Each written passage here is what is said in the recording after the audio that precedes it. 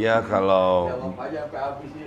kalau menuju marifat, Iya. haruskah kita melewati syariat, tarikat, hakikat, marifat? Kudu begini atau suka-suka Allah? Hapus. Rukso lagi ya? Oktober di Masya Allah. 3 kali nego ketemu Oktober. Yeah. Jadi tinggi dan lebih tinggi lagi memperdalam kedalaman di mana Allah memiliki ridho di situ. Betul. Betul. Betul banget. Sohih banget. 101. Mungkin satu. Karena banyak sekali ledekan gitu ya, ejekan. Nggak mungkin lo dapat marifat sebelum syariat lo benar. Nggak begitu. Nggak begitu ya? Nggak. Salah ngaji kali saya dulu.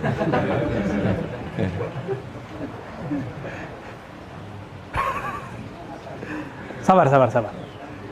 Jadi orang di luar sana itu berpikir gini, kalau mau ngaji tasawuf, ngaji ma'rifat, harus beres dulu fikihnya.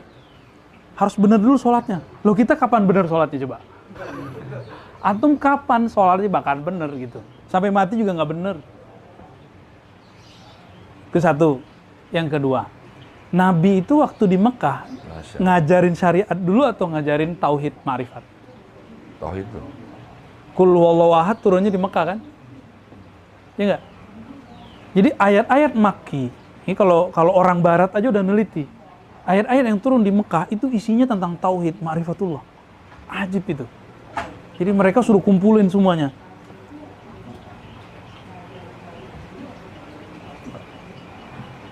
Ada Arthur Jeffrey, orang-orang barat ya, yang pakar-pakar. Sebenarnya syariat itu, yang dimaksud syariat tadi kan fikih ya. Syariat itu sebenarnya mencakup semua. Syariat ya. Apa arti syariah? Syariah artinya apa? Syariatun. Apa arti syara'a? Syara'a alakum minad din. Enggak, syariat, jalan. Hah? Jalan. Syariat itu jalan. Jadi syariat, tarekat itu artinya sama.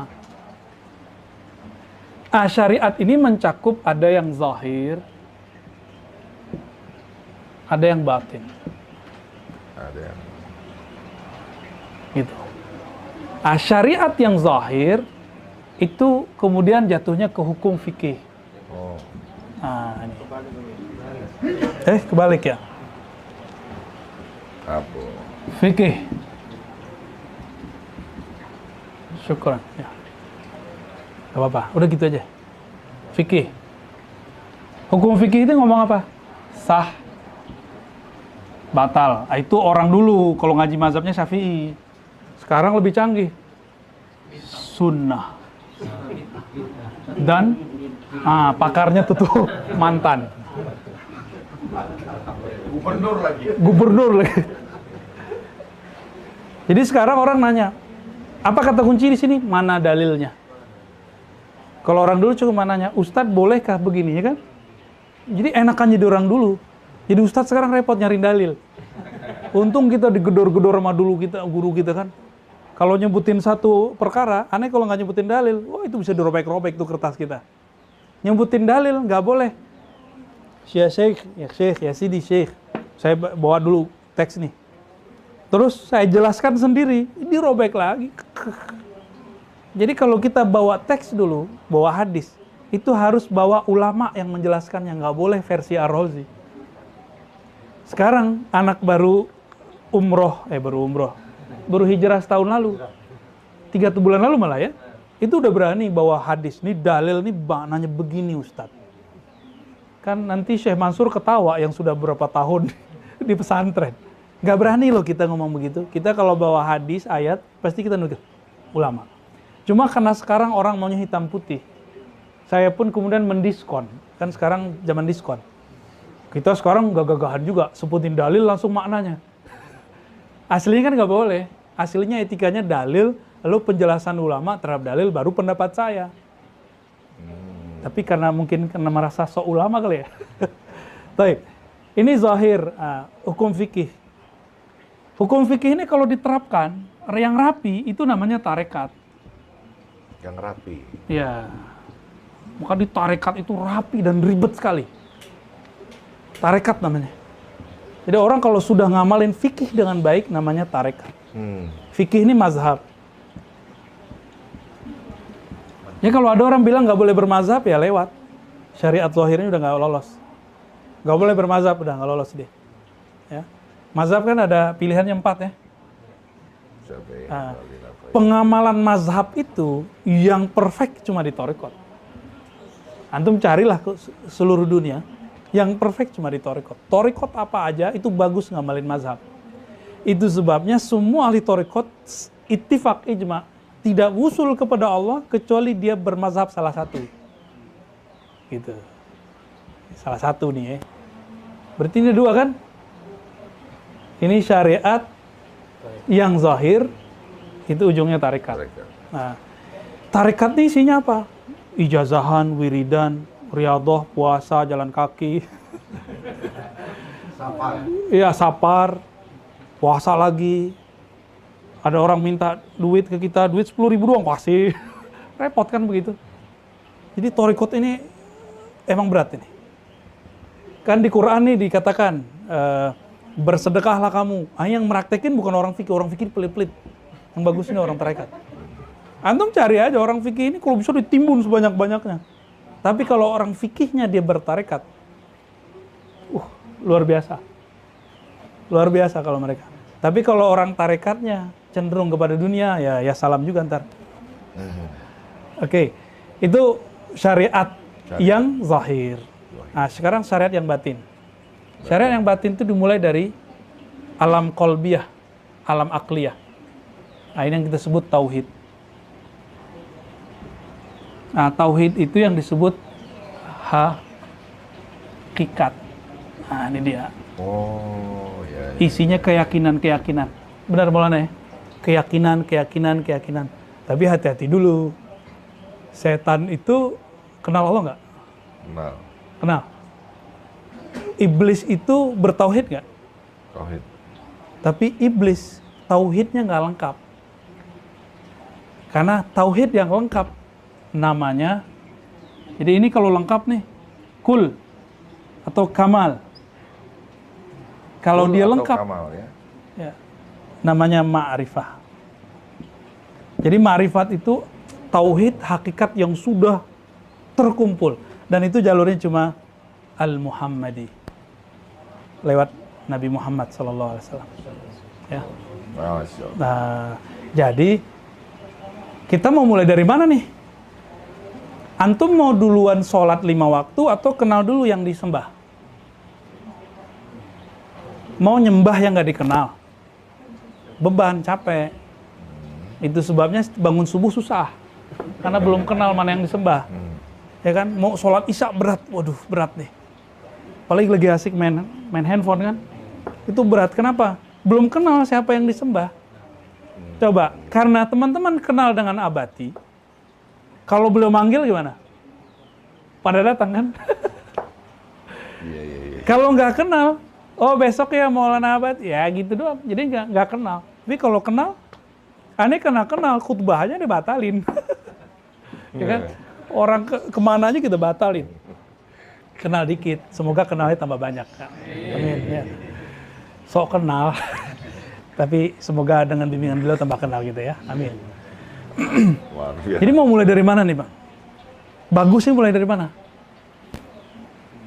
Itulah yang orang lupa. Wa ma khalaqtul jinna wal insa illa liya'budun.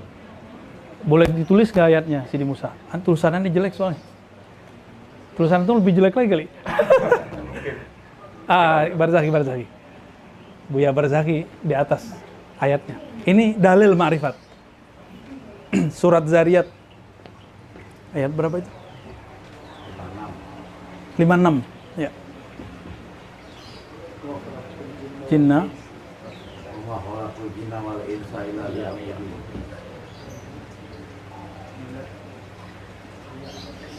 canggih tulisan antum ya. Itu khot apa itu? Rika sama Ciputat. Khot MPA ini kayaknya nih. Khalaqtul jinna wal insa illa liya'budun. Ini apa ya? Yes. Baik, jazakallah khair. Coba, tidaklah aku ciptakan jin, ya. Ma di sini tidak. Tidaklah aku ciptakan jin dan manusia kecuali ya'budun. Kalau orang ahli fikih nerjemahin ya'budun itu ritual. Sholat, makanya orang-orang tua-tua dulu kalau mesenin anak, nah jangan lupa sholat ya. Gitu kan? Benar nggak? Secara fikih benar. Tapi kalau orang ahli marifat nggak gitu. Nah, jangan lupa Allah ya, gitu yang benar. Mungkin nggak saya, ya abudun itu kan kalau bahasa Melayunya sembah. Sembah itu artinya hormat. Bang Dik nggak kenal saya, mungkin nggak respect sama saya. Enggak. Pertama ketemu aja langsung, oh kayaknya yang di YouTube nih, ya kan? Ini tontonan istri gua nih. Karena kenal, jadi connect. Coba nggak kenal, respect nggak sama saya? Saya juga nggak respect sama Abang Dik kali kalau nggak kenal. Sama. Nah, itu yang saya ceritakan. Jadi saya ngajar di satu kampus. Karena muka kita muka-muka S1 ya. Muka-muka S1, saya ngaku S1, S2 orang pasti percaya. Masih mahasiswa lah. Dia nggak tahu kalau kita dosen S3. Si satpam ini, ada 2 satpam. Saya parkir di situ, cuma pas keluar saya pakai sarung, kaget ya. Loh, ke kampus kok pakai sarung? Yang pertama nanya, mau kemana Pak? Mau ketemu teman saya Pak Direktur. Oh oke. Keluar, nyampe di belakang mobil, datang lagi satu, kamu mau kemana? Gitu. Waduh, kaget saya. Hari mau Jumat, kita mau khutbah, di samping itu ada masjid. Kamu tahu nggak siapa saya? Saya nanya pelan-pelan aja, kamu tahu nggak siapa saya? Nggak tahu. Saya dosen S3 di sini. Oh langsung disenyum tuh, ampun. mohon maaf Pak. Ya gitu. Jadi saya nggak akan respect sama orang kalau saya nggak kenal. Jadi kenapa kita ini nggak pernah menghargai Allah? Karena kita nggak kenal Allah. Gitu. Nggak menghargai Allah itu kan menyebut dirinya anad dahru. Aku itu dahr, time. Jadi Allah membahasakan dirinya dengan waktu. Maka menghina waktu, menghina Allah. Bilang, kok saya hidup zaman sekarang? Itu hina Allah itu. Jadi jangan ngomong begitu. Itu udah takdir Allah ke kita. Tapi kan waktu bisa diminta cepat kan tadi? Oktober. Jadi Allah, kita itu nggak menghormati waktu. Enggak, jadi Allah apa? Allah adalah waktu. Anad dahar, aku adalah sang waktu. Wah, keren. Itu. Itu makanya banyak Tapi surat. bukan waktu kecil ya. Bukan W, tapi W besar. Itu makanya banyak surat Al-Fajr, Wad-Duha, Wal Asri. Dia juga itu. Demi aku yang bermanifest di waktu pagi, yang mengenalkan diriku di waktu sore, di waktu asar. Wah, keren, Itu. keren. Nggak kenal Allah waktu subuh, Allah kenalin di waktu syuruk. Nggak kenal di waktu duha. Masya Allah. Itu tegur-teguran semua. Astagfirullah. Sok tahu aneh. Masya Allah, Masya Allah. Ya kalau konser kita udah tepuk tangan nih. Ya, Masya Allah. Terjawab nih semuanya, banyak rahasia-rahasia. Masya Allah, Masya Allah. Berkah guru kita Maulana Abed. Ya Allah, ya Karim. Udah jam berapa nih? Lanjut bacanya apa? Lanjut pertanyaannya. Dibaca dulu aja. Mana kitab ada ini? Tadi itu di Bismillahirrahmanirrahim. Hikmah nomor 125. Idza arada ayuzhira fadlahu 'alaika khalaqa wa nasaba ilaika. Apabila dia menginginkan untuk memperlihatkan, menzahirkan karunia-Nya kepadamu, maka dia menjadikan dan menisbatkan itu kepadamu, menisbatkan karunia itu kepadamu. Kalau di surah Al-Mu'minun itu qad aflahal. Jadi Allah itu kalau ingin membalasi kita dengan sholat, maka Allah menyebut sholatihim. Boleh Kang dihapuskan? Nggak disebutin pahalanya. Sholat itu pahalanya nikah sama 70 bidadari. Kurang banyak. Nggak itu. Jadi orang itu dapat pahala ketika Allah sebutkan hadiah gerakan yang aku gerakkan di tubuhmu itu sebagai milikmu. Kan kita nyebut inna salati wa nusuki wa mahyaya wa mati lillah. Salatku ya Allah ini milikmu. Sekarang Allah terima lalu dikembaliin ke kita. Allah kan gak butuh salat kita. Allah butuh salat gak? Maka di ayat keberapa itu? Qad aflahal mu'minun alladzina hum, ayat kedua, fi salatihim. Salatihim.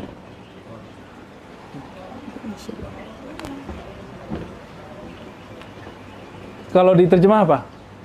Salat yang mereka lakukan. Gitu. Kan tadi kita jawab, hayya 'ala shalah, ya Allah berikan aku kekuatan untuk sholat. La haula wala quwata illa billah. Berarti sholat kita karena Allah yang gerakin. Berarti geraknya gerak siapa?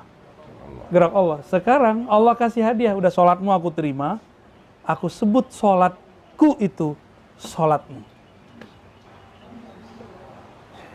Dia nyembah dia menyebut dirinya, dia menyebut dirinya dengan lidah kita. Kita punya siapa? Punya dia. Ya dia juga, lillahi ma fis samawati wal ard. Miliknya langit dan bumi. Tubuh ini dari bumi, ruh kita boleh kita sebutlah langit. Berarti diri kita adalah langit dan bumi itu secara ma'rifat. Milik Allah yang di langit dan di bumi inilah kemudian Allah kasih, nih punya kamu. Nah, itulah yang surga. Itu yang disebut dua surga. Waliman khafa maqama rabbih jannatan. Bagi yang takut kepada makom Allah. Jadi Allah menyebut dirinya bermakom. Kata makom ini bukan cocok logi loh ya. Maqama rabbih.